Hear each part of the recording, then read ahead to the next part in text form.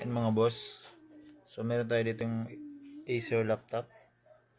Ayan, hanggang dyan lang siya. Tapos logo lang ng Acer, then magre-restart. So sinapakan ko siya ng bootable drive. Ito yung mga pang-install ko ng Windows operating system. So ito yung Windows 10. So hindi siya nababasa. Alright, so yan guys, ayun na-read na yung USB flash drive ko. So ito na yung laman niya, yung OS Windows 7, Windows 10 na installer. So okay. Ayan. Ngayon guys, sasabihin ko sa inyo kung paano ko nagawa na magbasahin ito ng laptop Windows 10. So cancel muna natin. Okay. So ituro ko na rin sa inyo guys yung mga settings. Okay. Okay. After pag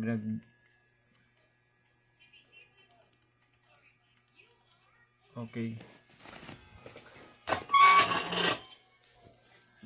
So F2 then nilagyan ko siya ng password yung BIOS. So number 1 nilagay ko yung password. Ayan, kaya nakapasok na tayo ngayon dito sa BIOS nya. So punta tayo dito sa arrow left, punta tayo dito sa boot. Ayan. So yung ayan, kaya nilagay ko na sa una boot USB HDD. Ayan, may nakalagay na yung USB. So kanina kasi wala yan nakalagay dyan. Naka-blank lang yan. Okay. Kaya ngayon okay na siya. Pumasok na yung yung USB. Yan, maliit lang, parang dangle lang guys. Pero ano yan, 32 GB yan na SanDisk. Alright, so ayan. Punta tayo dito. So dapat ito guys naka-disable dyan. Kasi minsan naka-enable yan. So para magawa nyo yun, punta kayo dito sa security. Arrow left. So paglilipat-lipat. And then punta tayo dito, set user password para. So ayan yung guys kanina. Ayan, so kailangan nyo maglagay dito ng password kahit kahit number 1. So last confirm yung password sa baba. Lagyan nyo. So enter. And number 1 then. So ganun lang, then enter. Okay, so ayan, save. Changes have been saved. So okay, enter. Then balikan nyo yung boot. Ayan, so ayan. Sa una kasi naka-hide dyan, yung hindi nyo siya mapipindot. So yun yung ginawa na settings. Yung dito sa security, kailangan nyo lang mag-set ng password. Okay. Then after nyo makaset ng password, yan, ma-change nyo na siya. Yan, dapat niya naka-disable talaga. So disable na lang guys. Hindi ko na siya babaguhin. And then so once na disable nyo na yan, pinutin nyo yung F10 para ma-save nyo yung changes nyo na ginawa dito sa settings sa BIOS. Yes. Okay. Then wait natin guys.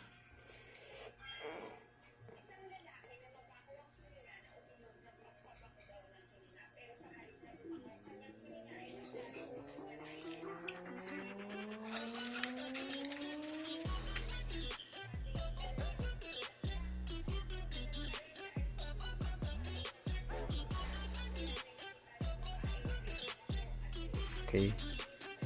Okay na yan guys. So,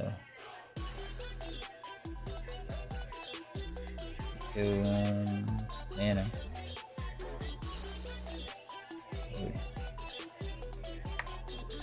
wait lang natin guys. Install na natin yung OS sa hard drive. So parang ang nangyayari guys, ito transfer lang natin yung laman ito to hard drive, parang ganun. So ayan. Next lang, install now.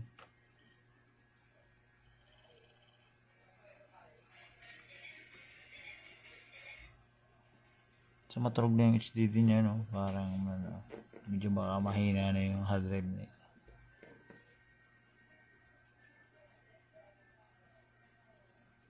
So mas recommended guys, no, yung I suggest na magpalit kayo ng SSD.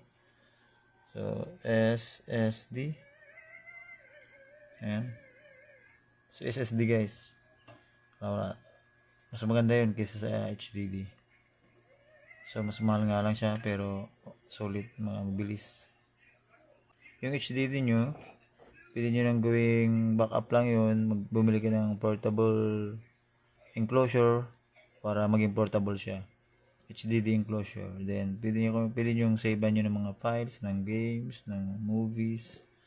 So magagamit nyo pa rin siya guys. Tapos ayan. Okay. Accept. Then next. Ito yung piliin nyo guys. Install advance. So yan.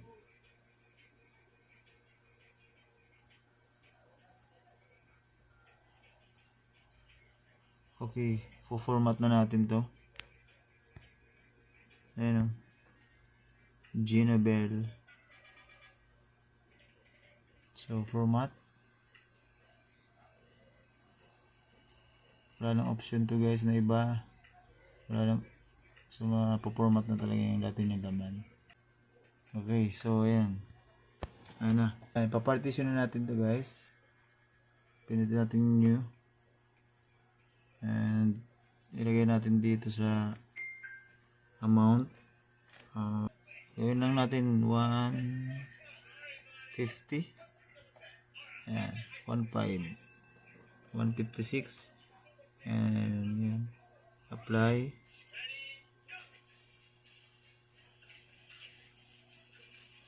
O diba? Ayan, 152 gig. Tapos dito nyo lalagay yung mga okay. Apply lang natin yan. New. So dalawa na yung mamaya yan guys, pagkatapos nitong installation, magiging dalawa na yung hard drive nyo. So yun yung purpose ng partition. So dito natin lalagay yung Windows 10 sa 152 gig. Tapos dito naman sa 312 gig, dito yung lalagay nyo yung mga files nyo, yung mga movies nyo, yung mga kung ano bang gusto nyo ilagay dyan. Okay, so dito tayo pipili natin yung 152. Then next, yan, wait nyo na lang yan na matapos yung installation.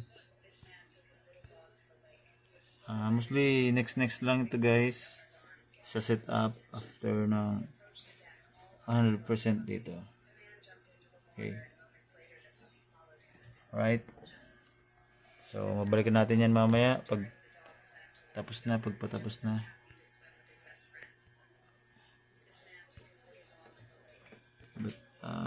Tagal. Mama, ini excited daan na ito.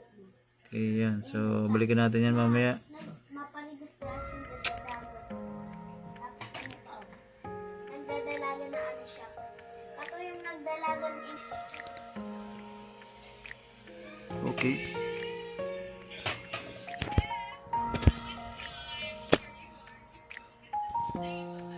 So 33, 34%, 35. So pag natapos tong green na to guys, I'm Cortana, and I'm here to help. mukhang So, ito na. laganan niya. A little sun in here, put your Wi-Fi there, and we'll have your PC ready for all you plan to do. Use your voice or the keyboard along the way, and if you'd like me to stay quiet, just select the little microphone icon towards the bottom of your screen. If you need an assistive screen reader, press the Windows, Control, and Enter keys at the same time to turn on narrator. Okay, enough intro. Let's dig in.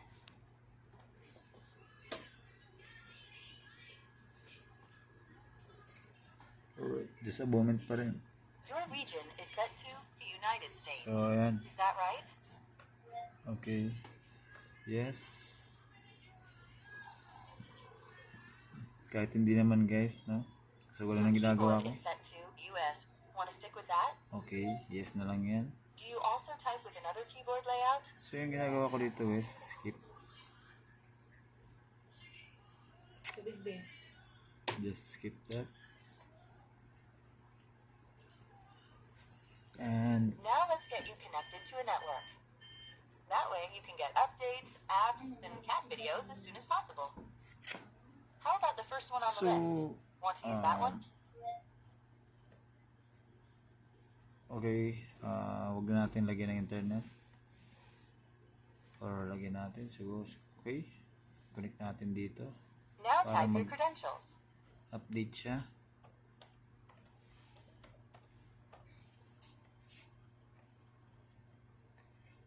Ma, ni we play daan yung pangalan. Da unik grab. Makanta ka dyan. Di ko lang ni download dun. Alos na naman. Next. Now we have some important setup to do. Okay, set up lang yan guys ng updates. Kasi nag-connect siya sa internet. Then, wait lang natin.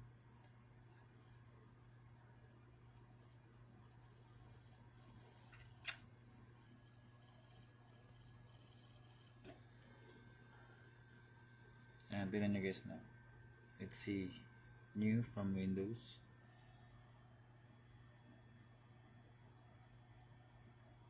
The newest Windows feature update is ready for you to download and install. Whenever you're ready, say get it and we'll download it in the background while you continue setting up.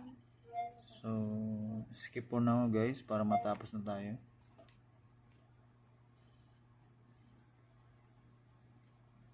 Maybe next time.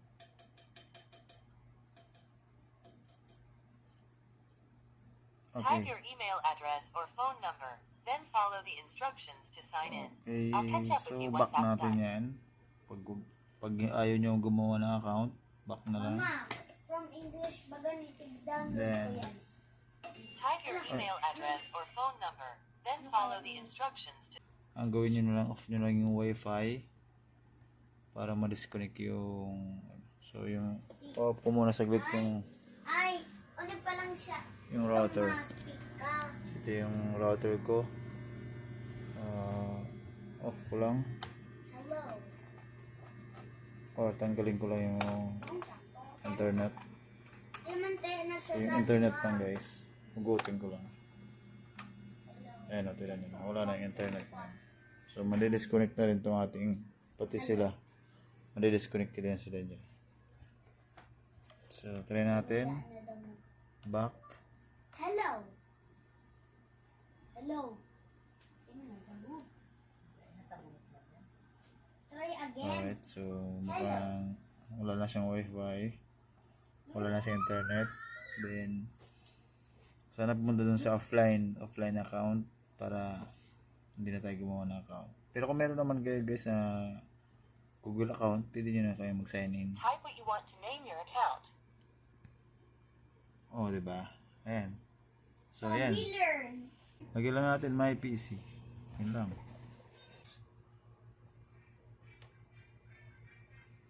Password. Wala na. Next na. So, ayan na guys. Tapos na yan. Okay, no na lang. Decline.